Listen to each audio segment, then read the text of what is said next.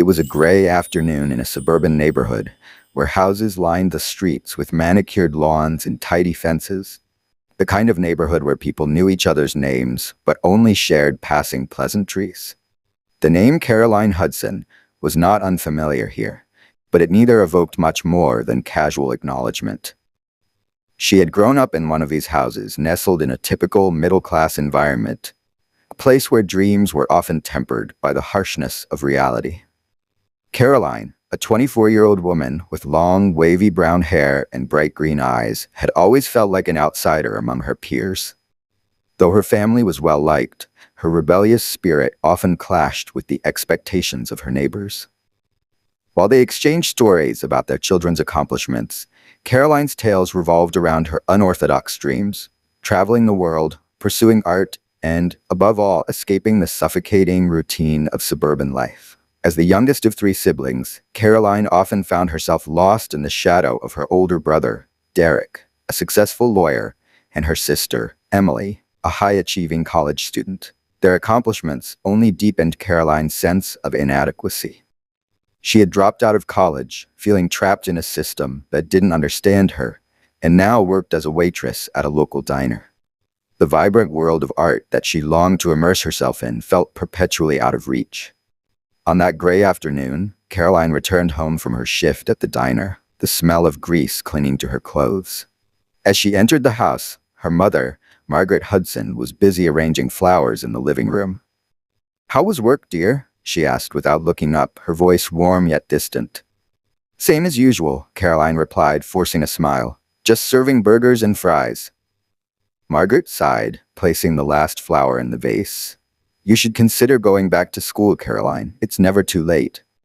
Caroline felt the familiar wave of frustration wash over her. "Mom, we've been through this. I want to explore my art, not sit in a classroom." Margaret's expression softened for a moment, but she quickly regained her composure. "You know we just want what's best for you, honey." With a sigh, Caroline retreated to her room, the walls of the house closing in around her.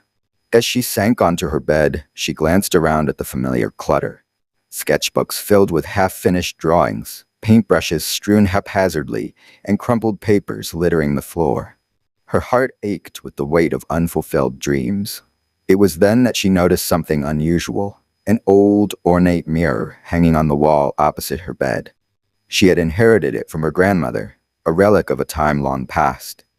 But today, the mirror seemed different, almost alive. As she approached it, she noticed a flicker of movement in the reflection, something shifting behind her. Spinning around, she found nothing but the empty room.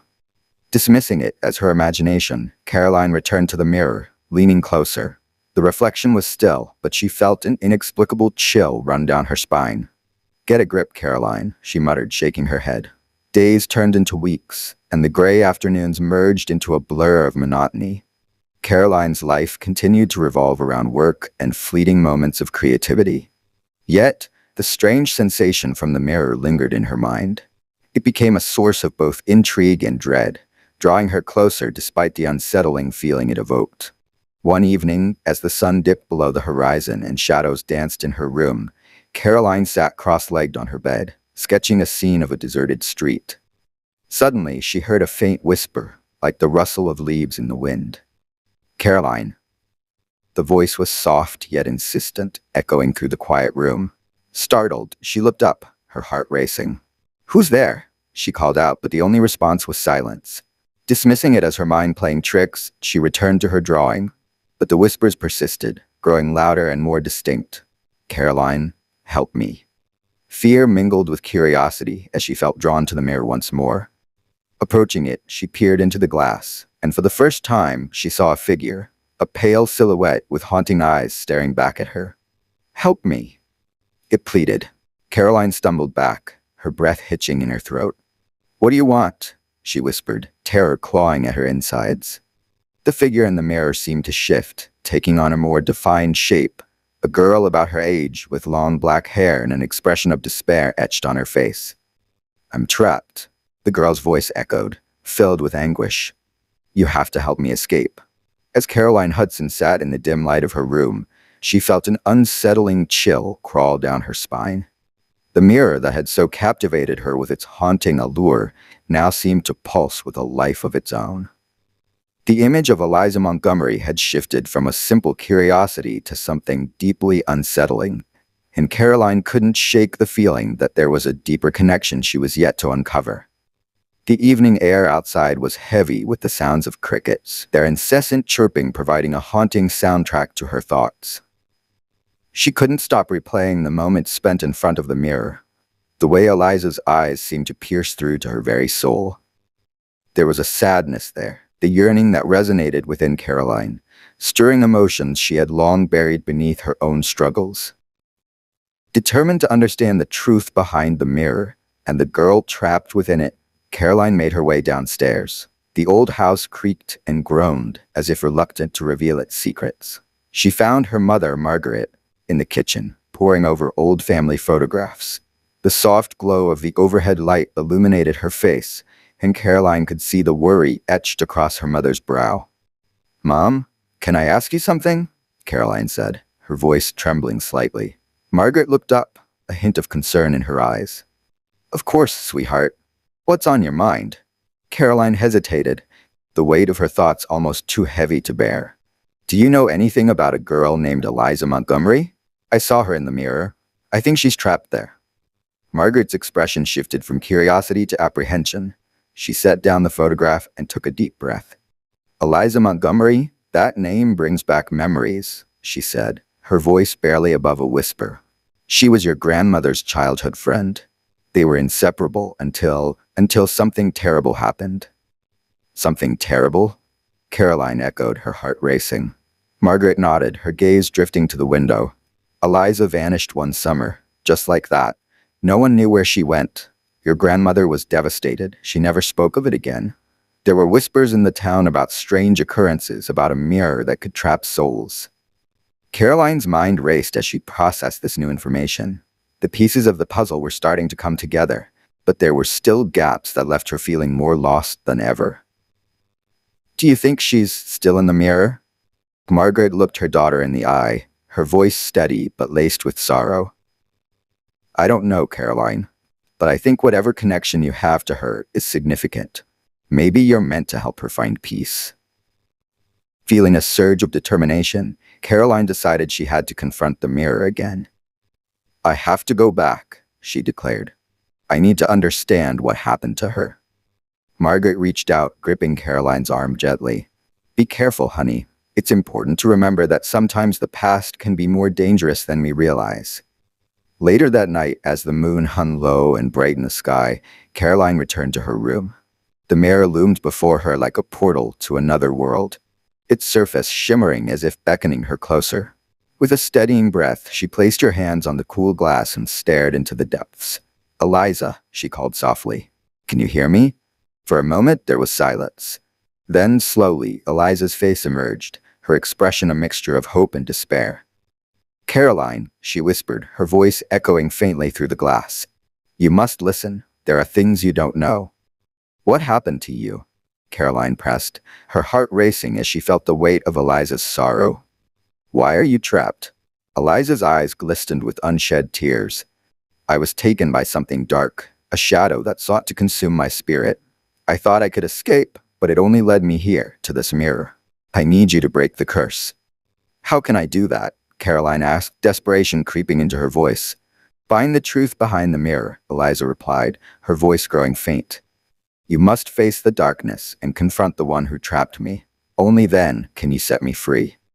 With that, Eliza's image began to fade, her voice lingering in Caroline's ears like a distant echo. Determination surged within Caroline, and she understood what she had to do. She needed to uncover the truth about Eliza's disappearance, no matter how dark or dangerous it might be. The next day, she would delve deeper into her family history, searching for clues that could unlock the mystery surrounding Eliza Montgomery and the cursed mirror that held her captive. As she turned away from the mirror, Caroline felt a newfound strength within her. The path ahead was fraught with uncertainty, but for the first time in a long while, she felt a sense of purpose. The truth was waiting to be revealed, and she was ready to face whatever shadows lurked in the past. The following morning, Caroline Hudson awoke with the weight of her newfound mission pressing heavily on her shoulders. As the sunlight filtered through the sheer curtains of her bedroom, it cast a warm glow that contrasted starkly with the chilling revelations of the night before. She knew she had to uncover the truth about Eliza Montgomery, and the thought ignited a fierce determination within her.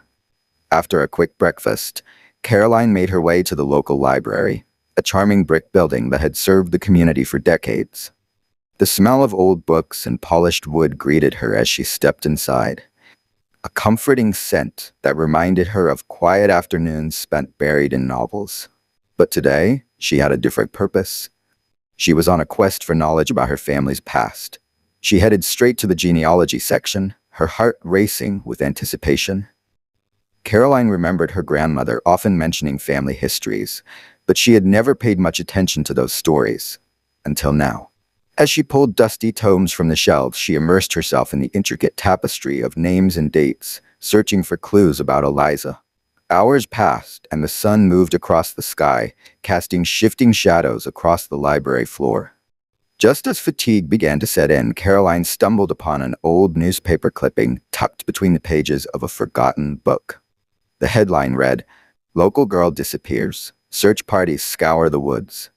Her breath caught in her throat as she scanned the article, her pulse quickening. The article detailed the disappearance of Eliza Montgomery in the summer of 1987, painting a picture of a vibrant young girl who was beloved in the community. Eliza had been last seen playing near the old Montgomery estate, a sprawling mansion that had long since fallen into disrepair. The article mentioned strange occurrences surrounding the house, including rumors of hauntings and disappearances that had plagued the area for decades.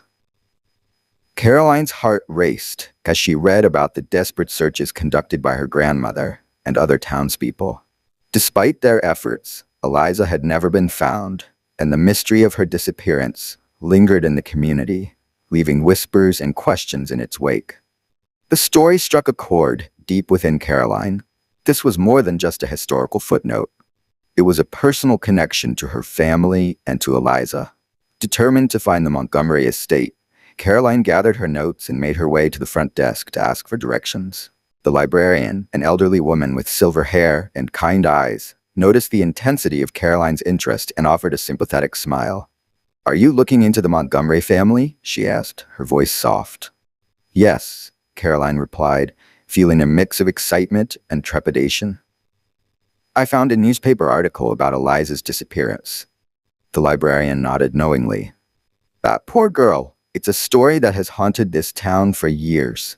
If you're going to the estate, be careful. It's been abandoned for a long time, and the locals believe it's cursed." Caroline's resolve only strengthened at the mention of the estate. "I have to go there. I need to understand what happened." With the librarian's directions in hand, Caroline set off for the Montgomery estate. As she drove through the winding roads of her suburban neighborhood, anticipation mixed with anxiety filled her chest. The sky darkened, with gathering clouds, mirroring the turmoil within her. After a short drive, she arrived at the estate, its looming silhouette standing stark against the gray sky. The mansion was a relic of a bygone era, with crumbling brick walls and broken windows that looked like hollow eyes staring out into the world. The yard was overgrown, wild with weeds and tangled vines, as if nature itself sought to reclaim the property. Caroline felt a shiver run down her spine, the air thick with an unsettling energy. Taking a deep breath, she stepped out of her car, her heart pounding in her chest. With each step toward the entrance, the weight of history pressed down upon her. She felt as though she was walking through a forgotten dream, each footfall echoing with the whispers of the past. The front door hung ajar, creaking ominously as she pushed it open. Inside, the air was stale, carrying the scent of decay and neglect. Dust motes danced in the shafts of light that streamed through the broken windows, illuminating the remnants of a life once lived. Caroline paused to take in her surroundings, her eyes scanning the disheveled furniture and faded photographs that lined the walls. Suddenly, a noise broke the stillness, a soft whisper, almost like a plea for help. Caroline's heart raced, and she felt a rush of adrenaline as she followed the sound, her instincts guiding her deeper into the house. She moved cautiously from room to room, her breath shallow as she explored the forgotten halls. In the parlor, she discovered an old phonograph, its needle resting silently on a dusty record. The sight tugged at her heartstrings, reminding her of family gatherings filled with laughter and music. But it was in the study that she found something unexpected, a locked drawer in an antique desk. Caroline's curiosity piqued. She searched the room for something to pry it open. Just as she found a letter opener on the desk, she heard the whisper again, clearer this time. "Help me." Chills raced down her spine, but she steeled herself, focusing on the task at hand. With a firm twist of the letter opener, the drawer creaked open, revealing a collection of letters in a small, ornate box. The letters were addressed to Eliza, filled with the affectionate words of her friends, all expressing their hope for her safe return. The last letter, however, was dated just days before her disappearance and contained a warning about a shadowy figure seen near the estate. With trembling hands, Caroline opened the small box, revealing a locket containing a faded photograph of Eliza and her grandmother, both smiling brightly. But as she examined the locket, she noticed something else, a small note folded inside. Unfolding it, she read the words, "Beware the shadows, they know your name." The urgency of Eliza's situation gripped Caroline like a vice. She was not merely uncovering history. She was entwined in a narrative that sought to reclaim its lost voices. The shadows mentioned in the note felt alive, lurking in the corners of the house, and Caroline could sense their presence growing stronger. Determined to face whatever darkness lay ahead, Caroline clutched the locket tightly in her hand.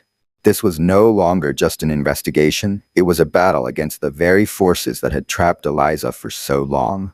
She vowed to uncover the truth, not only for herself, but for Eliza, whose story yearned to be told. As she left the study, the shadows in the corners of the mansion seemed to shift, almost as if they were watching her. The truth was closer than ever, and Caroline knew she had to confront the darkness that had ensnared Eliza Montgomery and her family. With renewed resolve, she stepped into the hallway, ready to face whatever awaited her in the depths of the Montgomery estate. After some digging, Caroline discovered that Samuel Collins, now in his late 20s, lived just a few blocks away in a modest apartment. Summoning her courage, she knocked on his door, feeling a mix of excitement and trepidation. When Samuel opened the door, his face was lined with memories of the past, yet his blue eyes held a spark of warmth. "Can I help you?" he asked, intrigued by her presence. "Hi, I'm Caroline. I'm researching Eliza Montgomery," she began, her voice trembling slightly. "I found out you were her friend." A shadow crossed Samuel's face as he stepped aside to let her in. "Yeah, I knew her. It's been a long time since anyone mentioned her name." As they sat on his worn-out couch, Caroline shared her findings and the strange occurrences she had experienced. Samuel listened intently, his expression shifting between curiosity and sadness. "I never understood what happened to Eliza," he admitted, his voice barely above a whisper. "One day she was there, and the next she was gone. I've carried that guilt ever since." "Guilt?" Caroline questioned, sensing the weight of his words. "I was supposed to meet her the night she disappeared.